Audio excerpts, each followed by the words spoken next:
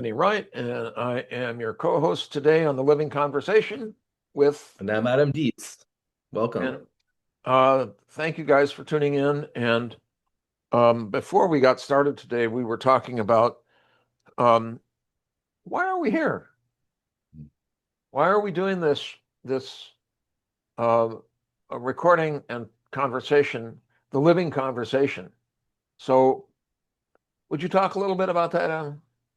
Yeah, well, philosophy is public. Philosophy has always been public. Philosophy has always been for the people. So you take it from Eastern tradition or Western. Socrates went to the Lyceum. He was in public, convincing people that virtue and wisdom were the best for everyone, that it would help the entire culture, the entire society. On the other hand, in the East, Confucius figured out and decided that he wanted to teach anyone that could attend. He taught anyone who could attend. Yep. Descartes published his work in French instead of Latin. Lao Tzu left some words with the gatekeeper as before he retired. Buddha came back from Nirvana and wanted to teach. So philosophy has always been about the people. Philosophy has always been public. The best philosophy is always about having a conversation, learning from each other, seeking wisdom, practicing virtue in daily life. That's why we're here at the Living Conversation. And turning over ideas, and one of the things that I had done as a talk, the courage to transform knowledge into wisdom. So because philo is love, but ology is ology is study, but philo is wisdom or knowledge. And that actually, in my looking at it, speaks to both sides of the brain. Wisdom is the right brain and knowledge is the left brain. But Yeah, philosophy, Sophie is wisdom. Yeah. Sophia's wisdom, right? So anyway, I wanted to just talk a little bit about what's been going on for me this week. I've been getting a number of scam calls, um, but uh, I think it's really important for people to be able to distinguish that, and older adults like myself, because I also got a call the other day, which is called the grandpa scam. And somebody called me up and said, "Grandpa?" And I said, "Who is this?" And they said, "Oh, it's your eldest." And it was a guy. And they don't know that my eldest is a woman. So, but it's this idea of people taking advantage of uh, posing as who they aren't. And I think and I even this morning got an email said, "Fix this error immediately."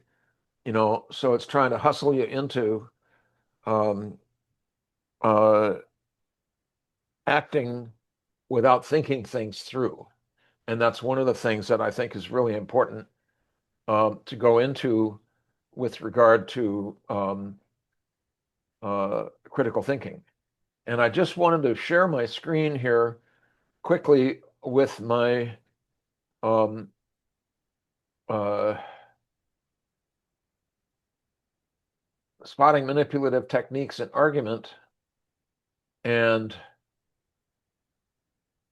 the first 6 or 7 of them are from Cialdini: authority, liking, commitment and consistency, scarcity, reciprocation, social proof, um, and belonging. And this is from a guy named Robert Cialdini, who um, studied uh, what was going on in the Jonestown commune. Mm. And do you remember that, the Jonestown commune? Yeah, I've heard of that for sure. Okay. And just for our listeners who don't have a visual, we're looking at something called Cialdini patterns and manipulative Cialdini patterns. patterns, yeah. Yeah, yeah. But anyway, this is where the idea of to drink the Kool-Aid, because Jim Jones was a cult leader, and when he started to get held accountable, he got real paranoid and he got 800 people to drink the Kool-Aid. But part of his method for doing this, and this you can find this on my website uh, mm, in the course materials, was through authority.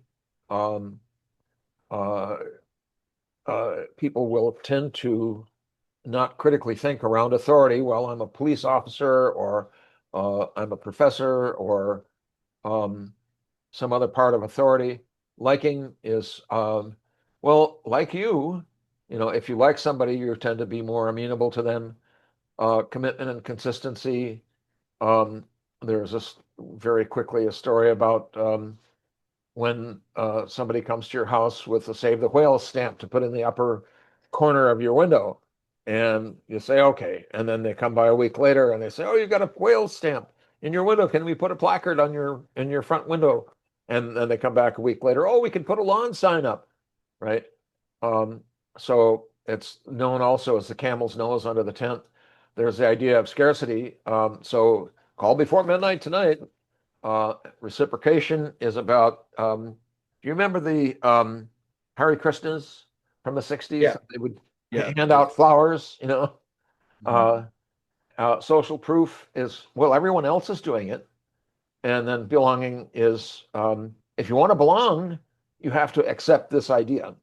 Mm, Um, but the other 4 points that I've looked at with cults are specialness, isolation, secrecy, and threats. Those of you who are listening to this blog are very special, but you need to listen to it alone, and it has to be kept secret because these are secret teachings. Because if you don't keep it secret, and that's one of the red flags is when threats come around, and mm, we're starting to notice that. mm, mm. Anyway, but do you have any thoughts about how some of these show up in Asian philosophy, either Indian or Taoist? I think for my impression of Chinese philosophy is that we need to constantly cultivate ourselves. Uh-huh. When we cultivate ourselves, then we are in our right mind. We are, I want to say, almost stronger, but more loyal to our true self, more authentic, we have more time and space in our mind. We are able to think more clearly. So, So it's in that taking the time regard, and space. yeah, in that regard, we would be very free from these potential influences because we'd be taking the time, we'd have our mind or have our clarity, but also really important in Chinese philosophy is caution.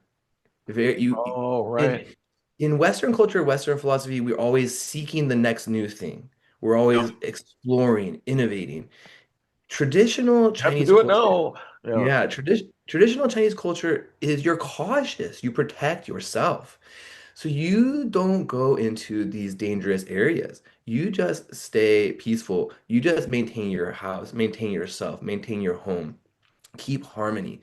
You just focus on keeping your safety. Allow your mind to develop in its own area, not getting overextended, not getting trapped, not so you always have a way of retreat as well. You have a out. You keep yourself with maybe if you go into a situation, you make sure it also comes up. This is like Taoist philosophy, Lao Tzu, but this is like Sun Tzu, Art of War. So if you Oh, go right. into a battle, you have give yourself a way out. There are all kinds of different methods and thoughts and strategies in Chinese culture, ancient Chinese philosophy, that you would be able to, one, keep your mind very cultivated so you can be aware you're in a good place mentally, you're not feeling desperate like you want to fall for a scam. Your mind is very clear, but also you really emphasize safety. You just take care of yourself. You don't go into some dangerous area. Well, one of the things too is that people are always holding stuff out to you. Wouldn't you like some of this? You know, um, and I do occasionally find myself getting caught, but I want to offer, and I may have offered this before on this show, is something that the wisest thing my Down syndrome daughter ever said to me was when she made a mistake. She said, "Oh, silly me." And I find myself when I get caught, I went, "Oh, wait a minute, silly me. I'm going to let go of all that stuff that has hooks in it and go silly me, and I'm going to come back to my center and Mm. get grounded again and cultivate myself Mm. in quietness.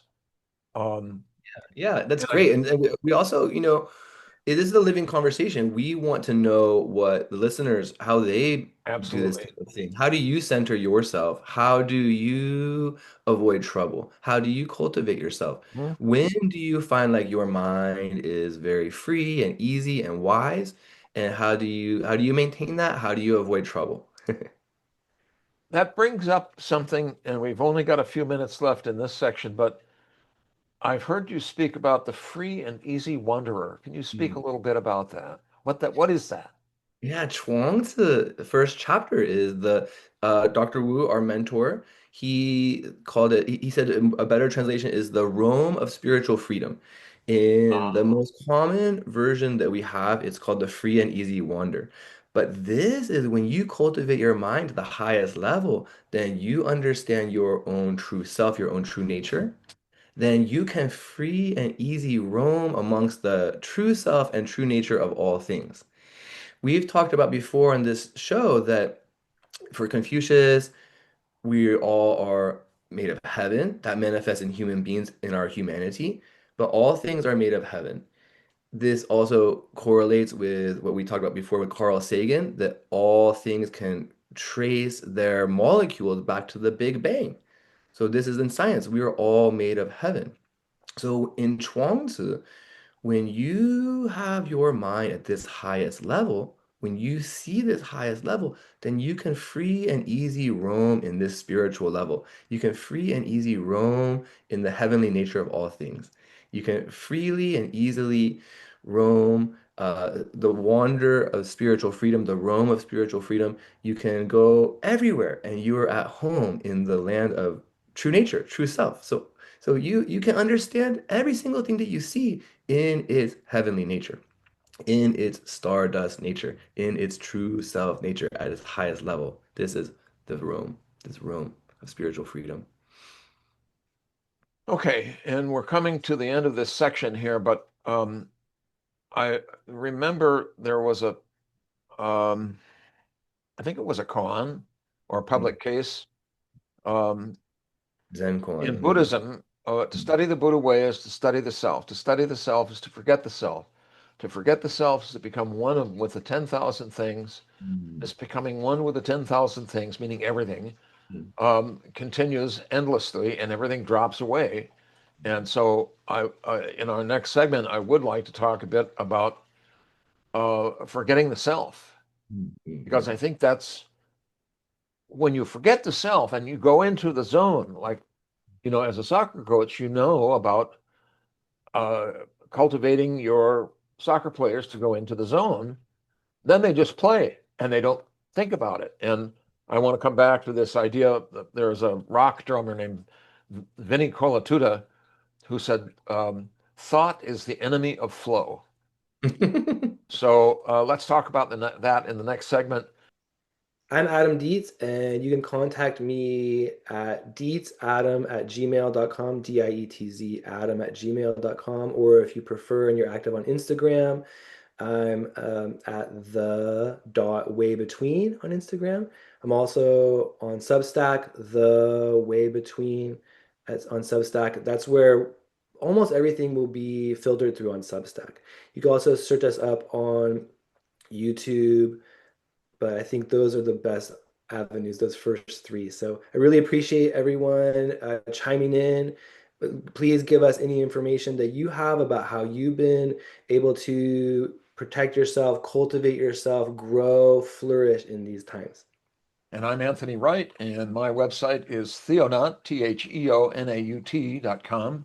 And it's A as in Apple, S as in Sam, W as in William, numeral 2, N as in Nora, R as in Robert. I'll say that again, ASW2NR at theonaut.com, or you can make a comment directly on my website.